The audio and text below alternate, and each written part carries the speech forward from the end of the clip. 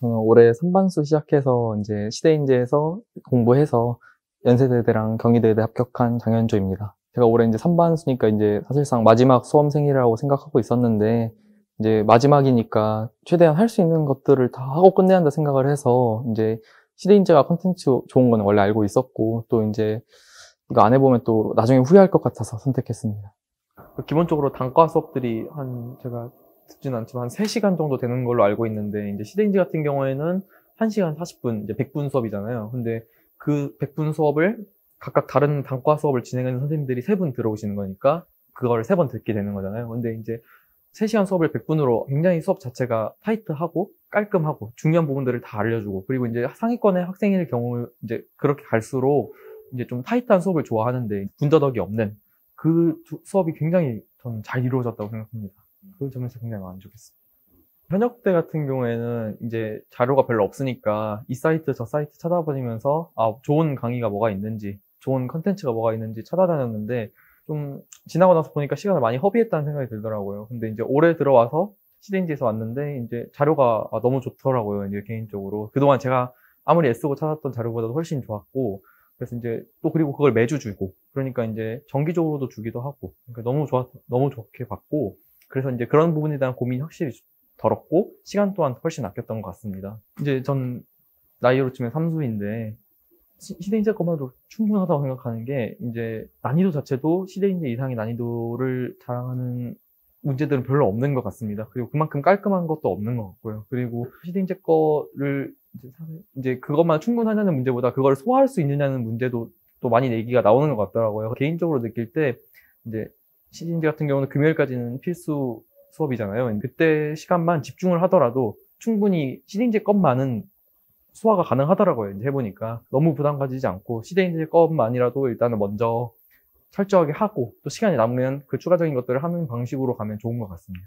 좀 활용 방법에 대해서 얘기를 해보자면 이제 숏컷 컨텐츠에 대해서 좀 더 이제 얘기를 해보고 싶은데, 저는 이제 개인적으로 한번 수업 듣기 전에는 한 문제당 3, 40분이 걸리더라도 어떻게든 풀고 들어가는 게 중요하다고 생각합니다. 왜냐하면 이제 예를 들면 수업 시간에 들어가면 내가 그동안 알았던 풀이와는 분명히 다른 풀이를 듣게 되더라고요. 근데 이제 만약에 그 한 40분 미리 풀어보고 가지 않는 그 과정을 거치지 않는다면 이제 그 기존의 자신의 공부 방법을 점검을 해보고 갈 수가 없더라고요. 그 다음에 이제 저는 숏컷 컨텐츠를 수능장 들어갈 때까지 4번 반복하고 들어갔거든요. 이제 처음엔 제가 아까 말했듯이 하나 쭈르륵 풀고, 그 다음에 이제 수업 듣고 다시 풀고, 그 다음에 이제 수능 조금 한 9월 넘어서 한 번 다시 풀고, 그 다음에 직전에 몇 문제를 추출을 해가지고 그 문제들을 다시 풀었는데 그 방법이 굉장히 도움이 됐던 것 같습니다. 올해 좀 국어가 확실히 이제 올해는 국어가 변수였죠. 근데 이제 저도 이제 시험 자체는 굉장히 어려웠거든요. 사실 시대인재 같은 경우에는 국어가 3분이 이제 들어오시잖아요.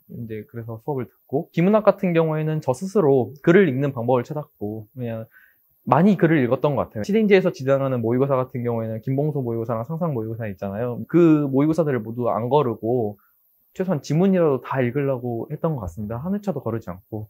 그리고 그것이 굉장히 도움이 됐던 것 같고요. 근데 아까 말했듯이 이제 국어가 3명이 들어온다고 말씀드렸잖아요. 근데 그 3분 다 굉장히 뛰어나신 분들이고, 근데 만약에 거기에서 만족을 못했으면 다른 거 들어서 만족을 할까도 조금 저는 개인적으로 의문이 들어요. 그리고 국어 같은 경우에는 스스로 분명히 메꿔가야 되는 부분이 있는 것 같아요. 왜냐하면 국어 지문, 비문학 지문이 있을 때 그 지문을 남이 읽어주는 게 아니잖아요. 제가 읽어야 되는 거고. 1차적으로 국어 같은 경우에는 독해력 상승이 저는 중요하다고 느끼거든요. 근데 그거는 이제 예를 들면 외부 단과나 그런 걸로 해결되는 부분이 아니라 본인이 읽으려는 노력을 많이 해야 저는 보완이 된다고 생각을 합니다. 영어 같은 경우에는 최소한 다른 시간엔 제가 영어를 잘 안 할 걸 알았기 때문에 일주일에 한 번 있는 수업만큼은 꼭 집중해서 듣자라는 마인드로 수업을 들었던 것 같습니다. 그래서 이제 아침 수업에도 굉장히 열심히 들었고, 오렌지 선생님이 들어오셨는데 수업 준비도 정말 잘 해오셨고, 이제 서바이벌 문제들, 영어 서바이벌 문제들이 굉장히 저는 좋았습니다. 이제 평가원 지문들을 읽다 보면 이제 문제들을 보면 막 아름다운 선지들 있잖아요. 빈칸 같은 데에서 막 와 이런 표현을 쓴다든지 좀 감탄할 때가 있는데, 그 느낌을 조금 서바이벌 표현에서도 표현이 너무 아름답다 이런 표현 느낌들을 굉장히 많이 받았던 것 같습니다.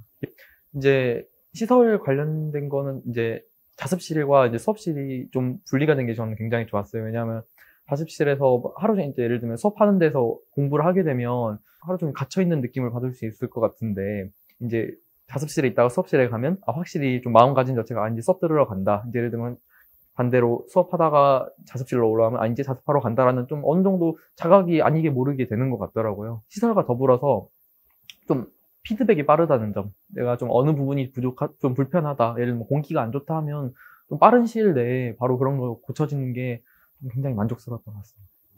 부모님도 저한테 말씀하셨던 부분이기도 한데, 일단 학원에 있는 시간만큼은 무조건 집중을 해서 하라. 이제 예를 들면 주말에 같은 경우에는 시즌제 같은 경우는 자율이잖아요. 근데 평일은 그리고 정해진 시간이 있고, 근데 그 시간만 집중을 하더라도 굉장히 좋은 효과가 나더라고요. 근데 보면 그 시간에 자거나 그런 식으로만 안 하는 것을 최소한의 저희 목표를 삼았었고, 그리고 이제 소소한 이제 팁이라고 얘기하자면 그 세성 같은 경우에는 아래에 스타벅스가 있더라고요.